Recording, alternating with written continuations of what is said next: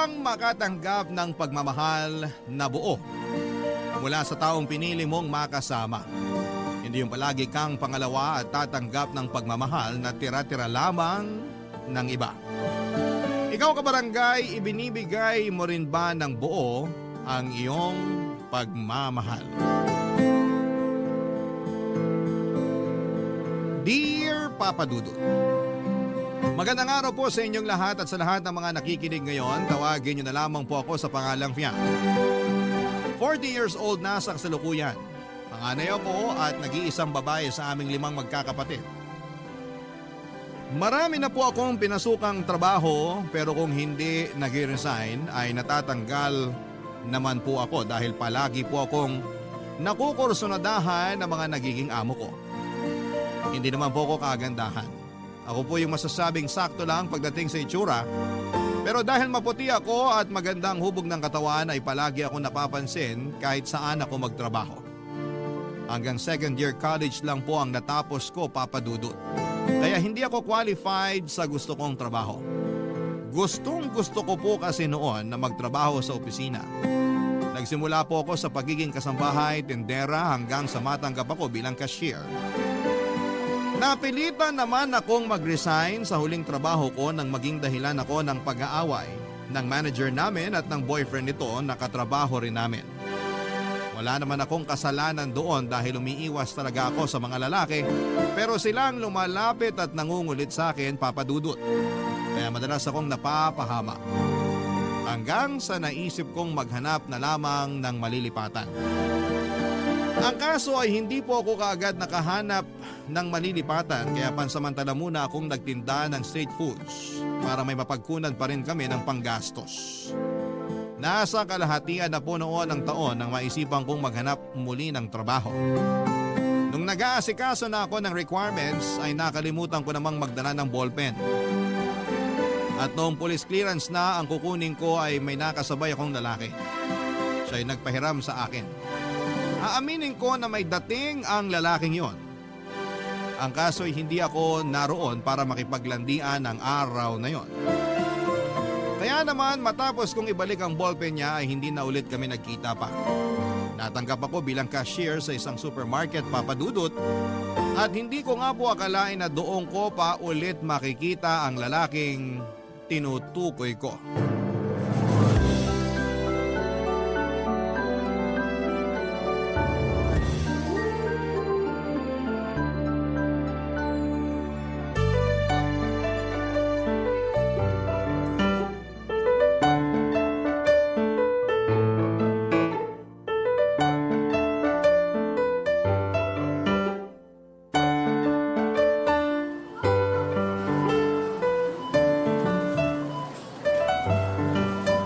Uy, pamilyar ka. Parang nakita na tayo. Ballpen! Hindi ballpen ang pangalan ko. Hindi. Ibig kong sabihin, ikaw yung nagpahiram ng ballpen sa akin nung kumukuha ako ng police clearance. Buti hindi mo ako nakalimutan. Akalain mo yun? Liit ng mundo, no? Sino ba naman mag-aakala na magiging magkatrabaho pala tayo? Oo nga eh. Ako nga pala si Fiang. Nickname ko lang to ha. Sabi kasi nila masyado raw makaluma yung pangalan ko kaya mas okay na yung Fiang. Cute ka ng pangalan mo eh. Parang ikaw. Ikaw kakikilala lang natin, ang bobola ka na. Ay teka, hindi mo pa sinasabi pangalan mo. Miguelito real name ko pero mix na lang for short din. Nice meeting you nga pala, Fiang. Cute mo. Sexy pa. Ikaw iniskan mo yata ako bago mo pa ako nilapitan eh. Sana sinabi mo para nakipaglaban ako sa'yo ng titigan. Wow, palaban ka. Gusto ko yan. Uy, joke lang yun! Walang joke-joke sa akin. Wala ka ng lusot. Gagawin natin yung titigan challenge na gusto mo. Pero hindi dito. Saka na lang yan. Ilang taon ka na nga pala? 35 na ako. Ikaw? Mas bata lang ako sa'yo ng 3 taon. Pwede. Ha? Ano pwede? Pwede ka ng ligawan. Sino namang manliligaw sa akin hindi naman ako kagandahan, no? Para sa akin, maganda ka. Tsaka hindi ako maniniwala kung sasabihin mo sa akin na hindi ka pa nagkaka-boyfriend. Hindi pa nga. So, virgin ka pa? Hoy, bakit mo ba tinatanong yan? Joke lang, to naman. Sorry na. Ganito ka rin ba sa mga babaeng bago mo palang nakikilala? Hindi naman. Parang sa'yo pa nga lang eh. Nakakatuwa ka kasi. Talaga ba? Oo, kaya para mas mahaba yung kwentuhan natin, invite kita mamaya. Kung okay lang sa'yo. Okay lang naman, pero saan ba tayo pupunta? Sa hotel. Agad-agad? Joke lang. Pero pwede rin naman kung gusto mo. Ayos ka! Kakikilala pa lang natin eh. Ayan na, nagsungit na. Sorry na kasi. Biro lang naman yun eh. Hindi na mauulit, promise. Sige na, okay na yon. Pero saan ba kasi tayo pupunta? Di mo na lang kasi sagutin ng maayos eh. O sige na, eto na. May bagong bukas kasi na cafe malapit lang dito. Gusto ko sanang puntahan kaso wala pa ako naiisip na isama. Sakto naman na nagkita tayo rito. Kaya ikaw na yung naisip ko. Para makapagkwentuhan na rin tayo. Game! Sama ako! Sige ha. Pag-out natin mamaya, punta tayo. Okay, sige. Pero teka, libre mo ba? Oo naman, libre ko. Kaya wag mo nang isipin yung gagastusin. Ang kailangan mo lang isipin kung tatagal kang kumain habang tinititigan kita. Hoy, para kang sira! Seryoso ko. Doon natin gagawin yung challenge. Gagawin mo rin yung sa akin, syempre. At kung sino matalo, siya naman yung taya sa susunod na labas natin. Ay, wow! May susunod pa? Kung papayag ka ulit na sumama sa akin. Sus! Kahit nga iuwi mo pa ako eh. Char! Mukhang napapasarap yung kwentuhan yung dalawa. Walang trabaho, mga ma'am, sir? Si Jelly talaga oh. Eto na, babalik na ako sa trabaho ko. Piang, mamaya ah. Oo, sige. Usap na lang tayo ulit mamaya. Naku, Ate Jelly, sorry ha. Napakwento lang ako saglit kasi hindi ko akalain na magiging magkatrabaho pala kami ni Migs. Bakit? Magkakilala na ba kayo dati pa? Hindi naman, pero kasi siya yung nagpahiram sa akin ng ballpen nung nag-aasikaso ako ng requirements. Ganon? O edi kumalma ka. Nagbibiro lang ako kanina. Pasensya ka na ha. Ganito lang talaga ako sa mga bago. Pero si Migs, nauna ko na siyang nakausap at nakakwentuhan kanina. Kinabahan naman ako sa'yo ate, kala ko susumbong mo na kami. Hindi ako ganun no. O siya, sige na, magtrabaho na tayo. Baka tayo naman yung maisumbong.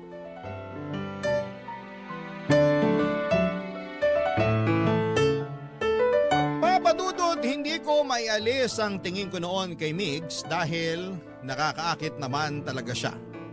Hindi naman siya yung tipong sobrang gwapo pero malakas ang apil niya sa mga babae. Matangkad siya at mukhang palagi ring nagwo-workout. Kahit yung boses niya, ang sarap pakinggan. Kaya parang gusto ko na lamang siyang titigan, maghapon at pakinggan yung mga kinukwento niya. Kahit siguro tungkol sa mga langgam yung pag-uusapan namin, ay magiging interesado pa rin ako dahil sa boses ni Migs. Kahit na ilang araw pa lang ang nakakalipas mula nang magkakilala kami, ay nagkagaanan na kaagad kami ng loob. Madalas kaming nag-uusap tuwing break namin at nagtatawanan at nagbibiruan pa kahit oras ng trabaho. Minsan ay hindi na rin kami naiiwasang tuksuhin ang mga kasamahan namin sa trabaho at kahit mga customer na nakakapansin sa pagtitingin na namin papadudot. Kahit kasi ako at cashier kasi ako at bagger naman siya. Kaya may mga pagkakataon talaga na nag-uusap kami kahit oras ng trabaho. Habang tumatagal noon ay mas lalo pa kaming nagiging malapit sa isa't isa. Minsan ay sabay kaming lumalabas dahil nagkakayayaan pa kaming kumain ng tusok-tusok o kaya ay maglakad-lakad muna bago umuwi. Nung unang sweldo naman namin, papadudod ay doon na nagsimulang lumalim ang namamagitan sa amin ni Migs nang magkayayaan kaming mag-inuman, papadudod.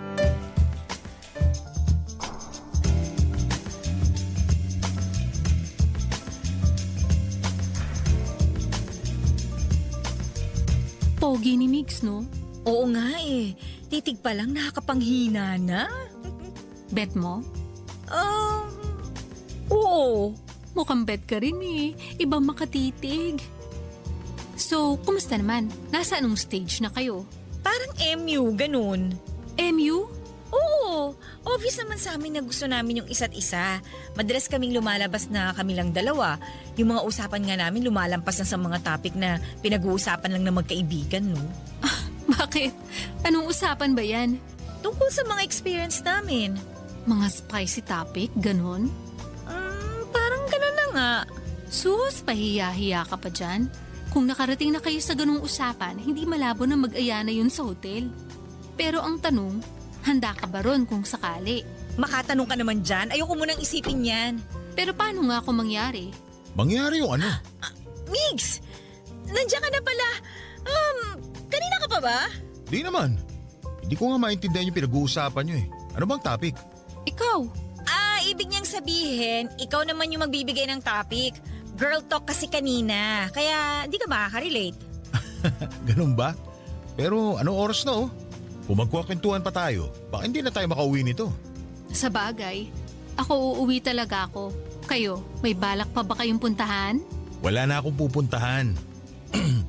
Maliban na lang kung papayag si Fiang na ihatid ko siya pa uwi. Uuwi nga ba talaga?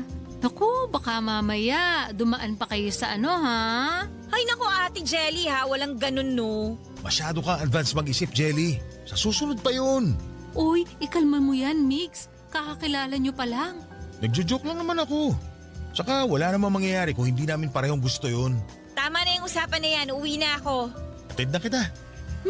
Sana all ihahatid. Ay nako Ate Jelly, magpasundo ka na sa asawa mo. Paano? Mauna na kami. Kita na lang tayo ulit sa trabaho.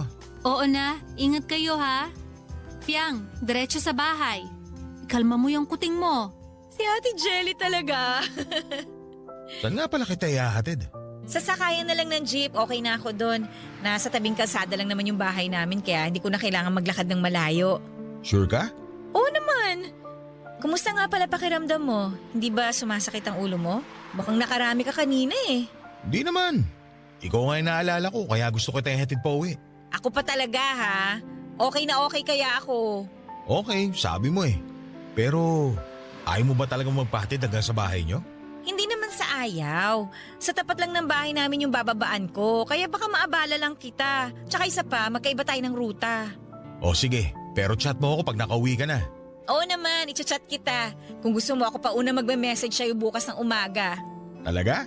Gusto ko yan. Medyo malayo pala dito yung sakayan ng jeep, no? Baka pagdating natin doon, tanggal na yung kalasingan natin.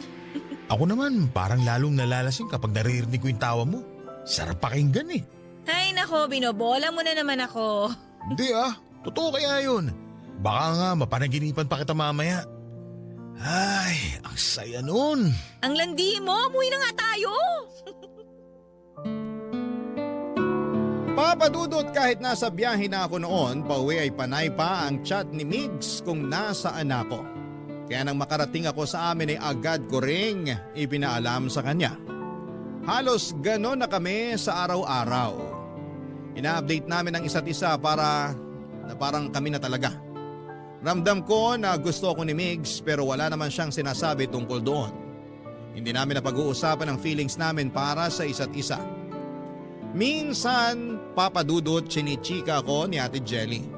Tanong siya ng tanong kung umami na raw ba sa akin si Migs o kung may nakwento ito sa akin tungkol sa past relationship. Hindi naman ako nag-iisip ng kung ano sa mga tinatanong niya kasi sa totoo lang ay wala naman akong pakialam sa past relationships ni Migs. Kung magkakaaminan na kami, mas mahalaga na sa akin kung ano yung meron kaming dalawa. Habang tumatagal nga po kasi noon ay palalim ng palalim yung ugnayan namin. Kumbaga label na lamang ang kulang para masabing in a relationship na kami ni Migs. Pero isang araw papadudot pagpasok ko noon sa trabaho ay aksidente kong narinig ang pag-uusap ni na Migs at nung katrabaho namin na bagger din sa supermarket. Inaaya siya nito na mag-basketball sa darating na Sabado. Pero tumanggi po noon si Migs at hindi ko nga po inaasahan ang sinabi niyang dahilan. Hindi raw siya makakasama dahil bibisita siya sa anak niya. Parang binuhusan ako ng malamig na tubig sa mga nalaman ko at na-realize ko rin na yun yung malaking iniisip kong may pag-asa kaming dalawa ay hindi pala mangyayari.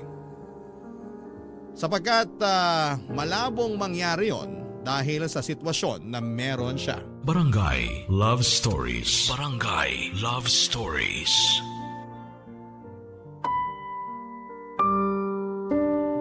Papadudot nagulat ako sa nalaman kong may anak pala si Migs.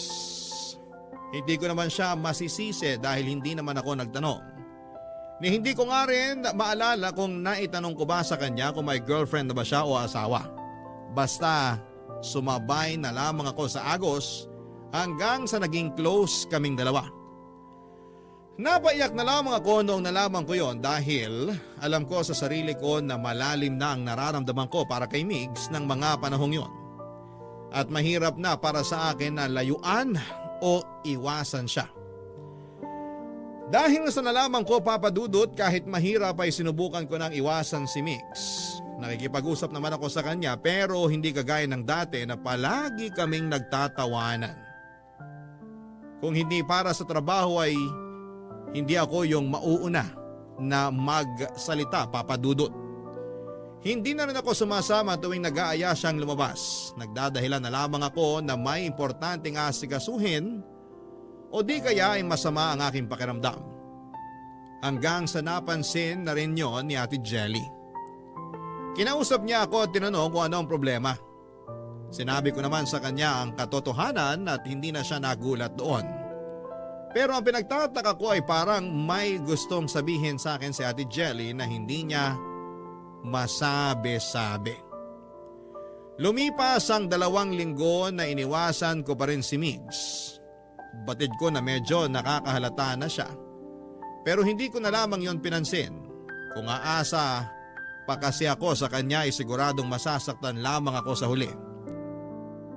Pero kahit panindigan ko ang pag-iwas sa kanya, may mga pagkakataon pa rin talaga na ginagamit niya para magkalapit kami ulit, Papa Dudut. Sinabi ko sa sarili ko na hindi ako magpapakatanga. Pero parang kinain ko rin ang mga sinabi ko noong mas malala pa ang mga nangyari. Nagkayayaan ulit kaming uminom noong sweldo na namin at inaasahan ko nang sasama rin si Migs. At doon na nga po kami nakapag-usap ng masinsinan, Papa Dudut.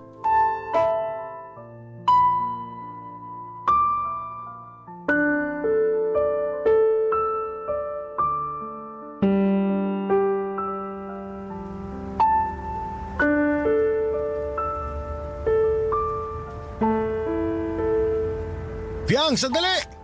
Ihatid kita ulit sa sakayan ng jeep. Wag na. Hindi na kailangan. Kaya ko naman maglakad mag-isa. Galit ka ba? Parang iniiwasan mo ako eh. May nagawa ba ako masama? Wala. Eh bakit tayo mo ako kausapin ng maayos? Bakit ba ang kulit mo? Ihahatid na kita. Lasing ka na eh. Baka kumapano ka pa sa daan. Ano bang pakialam mo? Ano bang problema? Bakit ka nagagalit sa akin? Wag mo na nga ako sundan.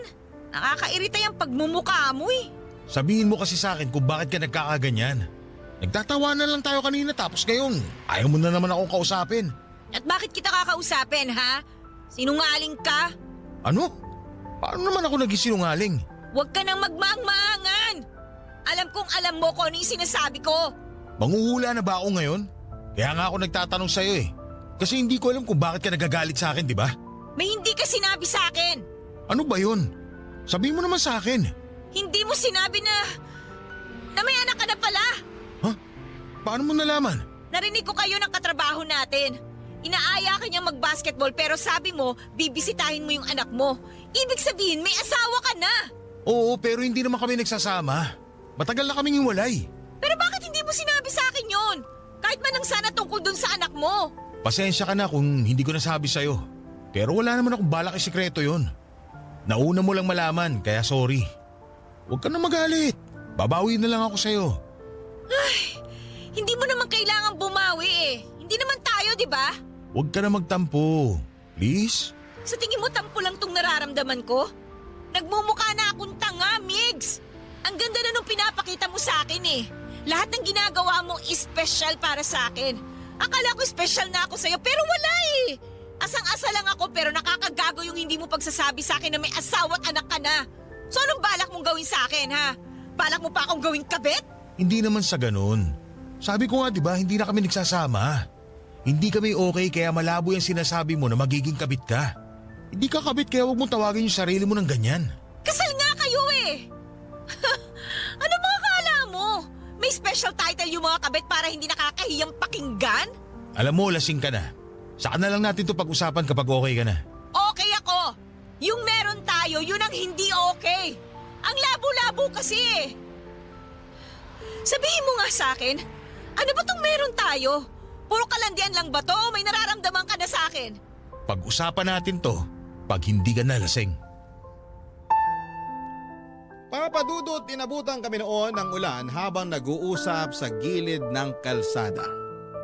Wala na kaming pakialam pa kung may nakakarinig sa amin ng mga sandaling yon. Alam kong nakainom ako pero alam ko lahat ng mga sinasabi ko kay Migs. Malinaw yon sa alaala ko at sinadya kong sabihin sa kanya mga bagay na yon para makakuha ng sagot pero bigo pa rin ako. Hindi ko pa rin alam kung mahal ba ako ni Migs o trip niya lamang akong landiin noon. Kung ako naman ang tatanungin ay hindi ako mag-aalinlangang sabihin ang totoo kong nararamdaman. Minahal ko na si Migs sa maikling panahon ng pagkakakilala namin sa isa't isa. Gusto ko siya at gusto ko siyang maging boyfriend. Pero paano naman mangyayari yon kung may asawa siya? Kahit saang anggulo tignan ay sabit pa rin ako sa relasyon nila. At ang pinakamasakit doon ay parang tumatanggap lamang ako ng tirat-tirang atensyon mula kay Migs. Nang gabing yon, dahil sa pagod at galit na nararamdaman ko kay Migs, ay hindi ko na namalayang nakatulog na pala ako sa mga bisig niya. At nang magising ako, nasa harap na kami ng isang mumurahing hotel. Ewan ko ba, papadudot, pero sumabay na lamang ako sa agos noon. Hindi na ako nagtanong kay Migs kung ano ang ginagawa namin doon. Hindi rin ako umangal nang alalayan niya ako papunta sa isang kwarto matapos niyang mag-check-in. Papadudot.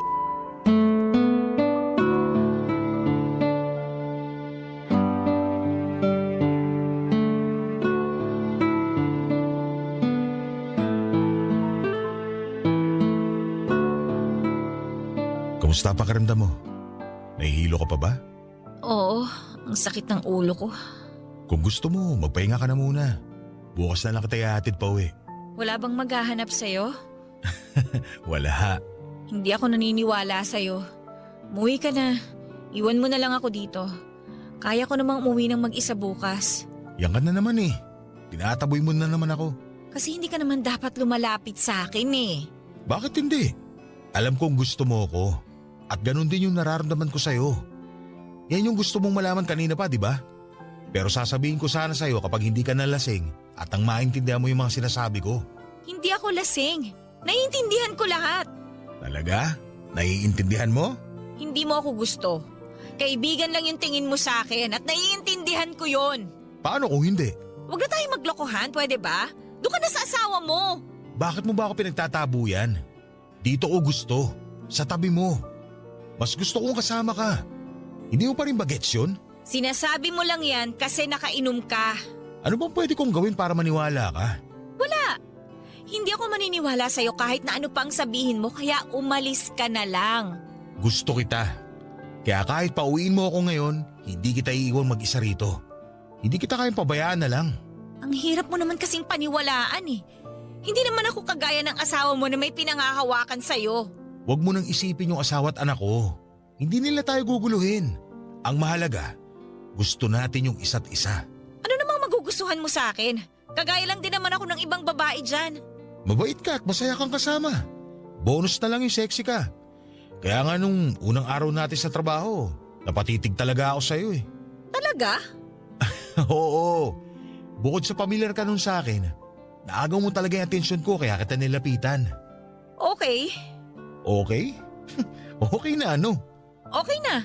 Naniniwala na ako sa'yo. Naniniwala na akong gusto mo ako. Yun naman pala eh. Kung ganun, okay lang ba na dito na tayo magpalipas ng gabi? Promise, bukas na bukas din, ihahatid kita sa inyo. Dito lang tayo matutulog. Sure kang matutulog lang tayo ha? Depende. Anong depende? Depende sa'yo kung gusto mong matulog lang talaga tayo.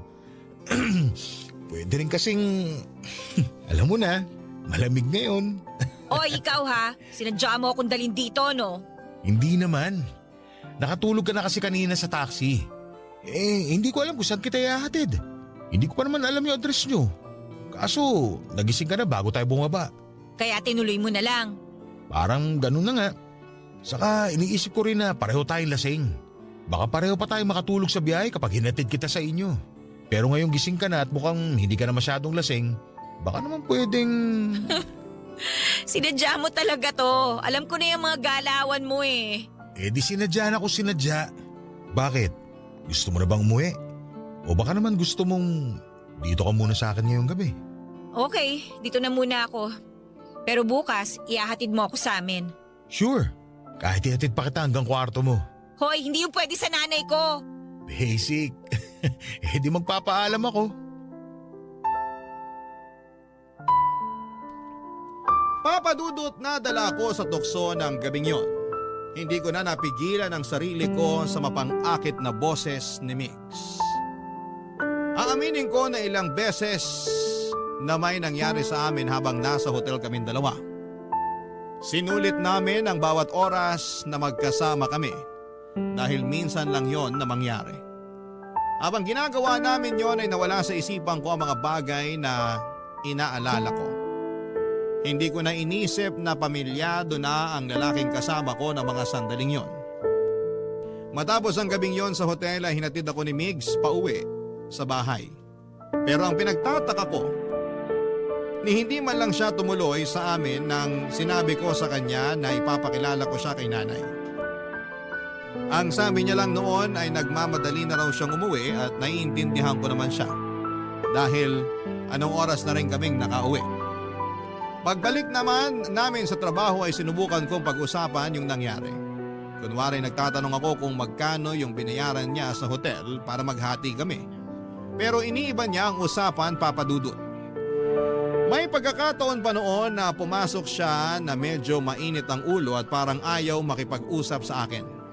Noong sumapit ang birthday ni Migs, inimbitahan niya kaming mga malalapit niyang kaibigan sa trabaho sa bahay na tinutuluyan niya. As usual, nag-inuman kami doon at nagdala na rin kami ng pagkain para idagdag sa mga hinanda ni Migs. Pero habang nagse-celebrate kami ay hindi namin inaasahan na may darating pala siyang bisita.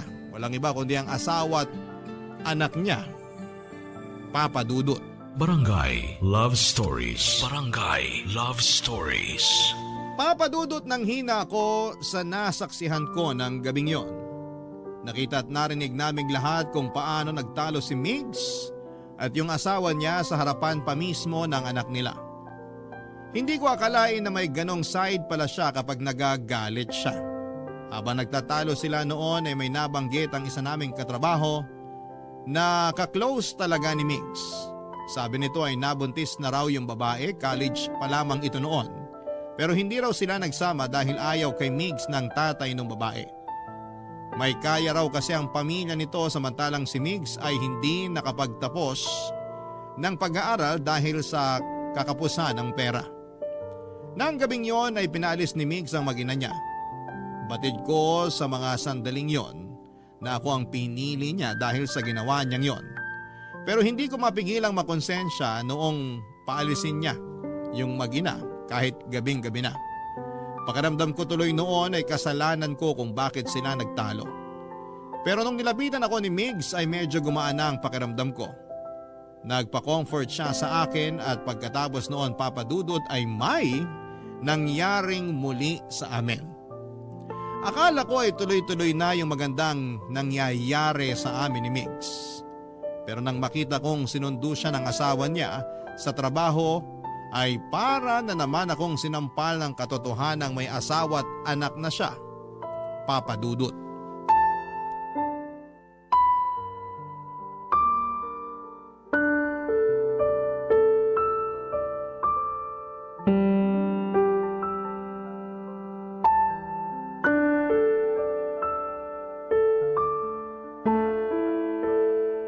Ate Jelly, inom tayo mamaya.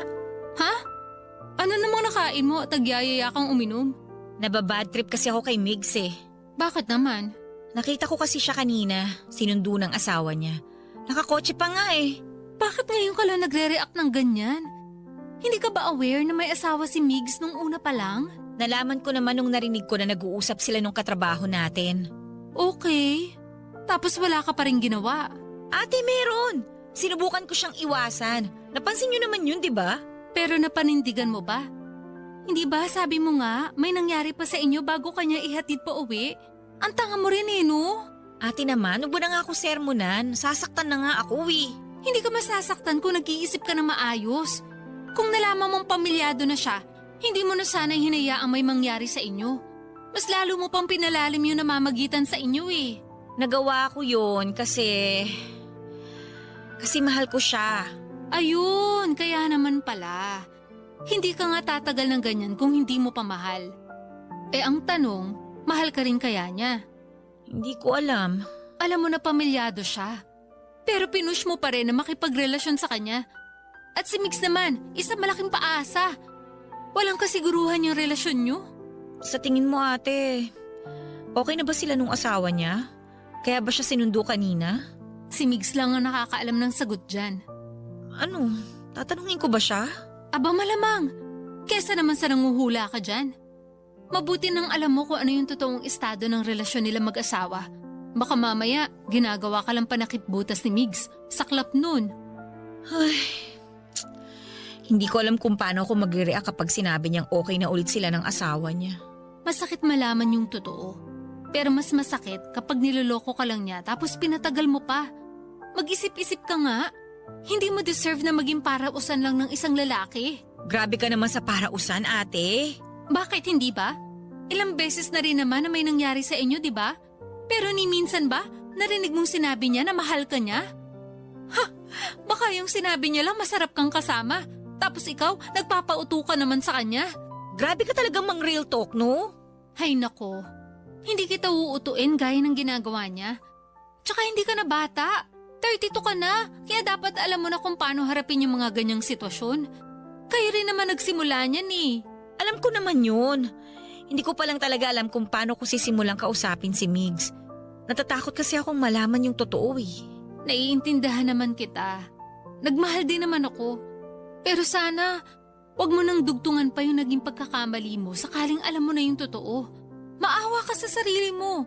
Isipin mo na lang yung pagod natin sa trabaho tapos madadagdagan pa ng heartbreak. Pighati malala talaga. Ay, sana hindi na lang ako napunta sa ganitong sitwasyon. Ang hirap-hirap. Mahirap pero kakayanin mo. Kausapin mo muna siya. At saka ka magdesisyon kung tatapusin mo na yung nasimulan nyo o ilalaban mo pa.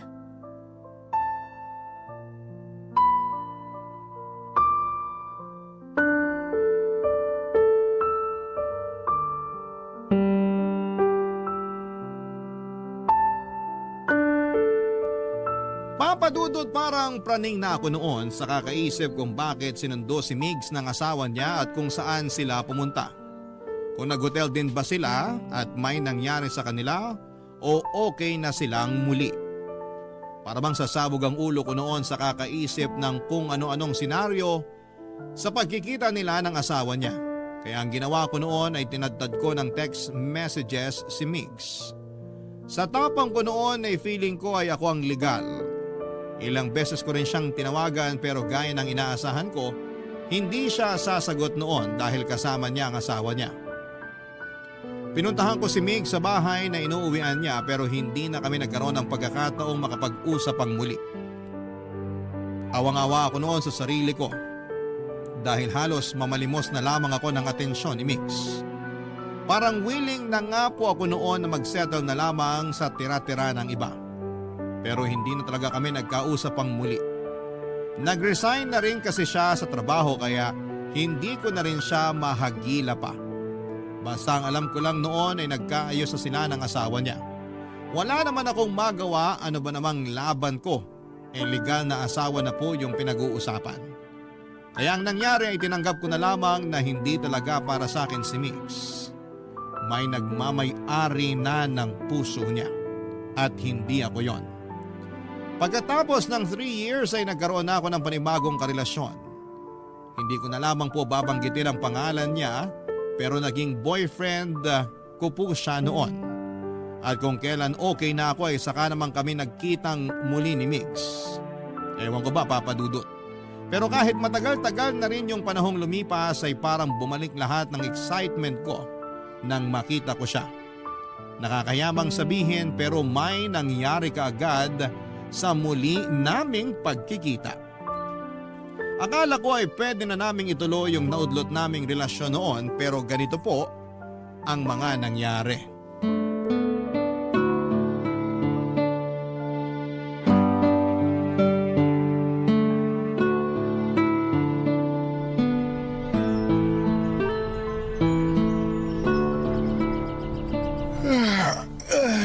Grabe, nakakaantok. Parang gusto ko na umuwi para makatulog naman. Uuwi ka na kaagad? Bakit ikaw? May iba ka pa bang pupuntahan? Depende. Depende saan. Sa'yo. Baka gusto mo maglakad-lakad muna tayo o kaya kumain. Di na, sa bahay na lang. Bakit parang nagmamadali kang umuwi? Ayaw mo na ba akong makasama? Yang naman. Kung ayaw kita makasama, edi sana hindi tayo humantong sa hotel. So yun na yun? Sex lang yung dahilan kaya tayo magkasama ngayon? Namiss kita, yun lang yun. Pero wala tayo sa puntong iiwan ko yung asawa at anak ko para sa'yo. Pamilya ko sila. So tama nga si Ate Jelly noon pa. Para usan lang talaga ang tingin mo sa akin. Hayop naman, Fiang, oh. Para kang tanga kausap. Ibabalik mo pa talaga yung nakaraan natin? Ano? Di ka na makamove on? Kung gusto mo, tutulungan na kita. Sabihin mo lang. Ang kapal ng mukha mo! Gusto mo talaga magkasakitan pa tayo rito? Nag-iinarte ka pa dyan may boyfriend ka na nga, di ba? Tapos sumama ka pa rin sa akin at nag-i-enjoy sa kama na parang wala ang boyfriend na naghihintay sa'yo. Hindi ko akalain kaya mo akong bastusin ng ganito. Nagawa ko magpakatanga sa'yo noon kasi mahal kita. Bobo ka ba? At hanggang ngayon mahal mo pa rin ako, ganun ba? Mag-move on ka na. Hindi kita mahal. At hindi ko pinagsisisihan na naipag-ayos ako sa asawa ko. Siya'y mahal ko noon pa. At ikaw? Sige, aaminin ko na gustuhan naman talaga kita. Pero hindi practical para sa akin na sumugal sa'yo. Alam mo naman siguro kung anong ibig ko sabihin, hindi ba? Kaya nga hindi sapat na gusto lang kita. Buti sana kung mahal na rin kita. Baka sakaling ilaban ko pa. Kaso hindi. Kaya tigilan mo na yung kadramahan mo. Umuwi ka na. Tama lang pala na itinigil ko na yung paghahabol sa'yo kasi wala ka naman pala talagang kwentang lalaki. Kahit ano pang sabihin mo, hindi na ako masasaktan dyan. Nung iniwan kita, buo na yung desisyon ko na magsasama ulit kami ng asawa ko. Tigilan mo na nga yung pagpapanggap mo na mahal mo yung asawa mo. Kasi kung mahal mo siya at sapat na siya sa buhay mo, bakit kinita mo pa ako ngayon at ginusto mo pa na may mangyari sa atin? Sa sobrang manloloko mo, pati sarili mo binibiktima mo. Gusto mo ba talaga nag-ieskandalo tayo rito? Pinagtitingin na tayo ng mga dumaraan. Bakit? Ayaw mo bang marinig nila at malaman nila kung anong klaseng asawa ka? At least ako, boyfriend pa lang yung meron. Wala pa kaming anak. Eh ikaw, kunwari ka pang mabuti kang asawa at ama sa anak mo, pero hindi ka nagdadalawang isip na mag-check-in sa hotel na ibang babae yung kasama mo. Kung sa bagay, mukhang sanay ka naman eh. Ginagawa mo rin siguro yung kapag bored ka na sa asawa mo. Wala ka nang pakialam doon. Wala talaga! Pero hihilingin kong karmahin ka dyan sa ginagawa mo. Sana nga maputulad ka na lang para hindi na madagdagan pa yung mga naloko mo dati. Kung ako sa'yo, mag-isip ka na ng idadahilan mo sa boyfriend mo. Dahil pag may nakapagsabi sa kanya na lumabas ka ng hotel na may kasamang ibang lalaki, mawawarak pagkatao nun. Kasi nakuha mong bumuka ka sa iba. Hindi ko na kailangan mag-isip. Alam ko yung pagkakamaling nagawa ko ngayon. At haharapin ko yon. Hindi kasi ako duwag, kagaya mo. Papa Dudut, noong sumama ako kay Mig sa hotel ay handa na akong ipagpalit siya sa boyfriend ko. Sorry po sa word pero ganun po ako katangang mag-isip noong mga panahong yon. Hindi ko na naisip na hindi lang ang isa't isa ang nasaktan namin at pareho lang kaming nanlokot nakasakit ng tao. Totoo nga pala talaga na kayang tapusin ang isang oras lamang ang relasyong nabuo sa loob ng ilang taon. Bago po kasi naging kami ng boyfriend ko ay naging magkaibigan muna kami, kaya may matibay na pundasyon ang relasyon namin. Akala ko naman ay sapat na yon pero isang maling desisyon ko lamang pala ang sisira noon. Si Migs ang pinili ko pero iniwan niya pa rin ako sa ere. Ang huling balita ko na lamang kay Migs ay maayos pa rin silang nagsasama ng asawa niya. Pero bukod doon ay wala na akong ibang alam sa kanya. Pinutol ko na ang lahat ng ugnayan namin at nag-move on na rin ng tuluyan. Hindi lang sa kanya kundi sa sakit na naidulot sa akin ng mga maling desisyon ko sa buhay. Sa ngayon, Papa Dudut, ay meron na akong sariling pamilya. Natuto na ako sa mga naging pagkakamali ko noon at itinatama ko na yon ngayon. Wala po akong inilihim sa asawa ko ngayon at tinanggap naman niya ako ng buong buo. Hanggang dito na lamang po, Papa Dudut. Maraming salamat po sa inyong programa at sa Barangay LS sa pagbabahagi ng aking kwento. Ang inyong forever na kapuso at ka-barangay, Fiang. Barangay Love Stories. Barangay Love Stories. Napakasakit na nangyari kay letter sender. Pero buti sa uli, naging maayos pa rin ang buhay niya. Anong say mo sa Barangay Love Stories na ito? Pagkwentuhan natin sa comment section yan. Nagustuhan ng iyong napakinggan? Ituloy yan via live stream sa www.gmanetwork.com/radio. Barangay LS 97.1 forever.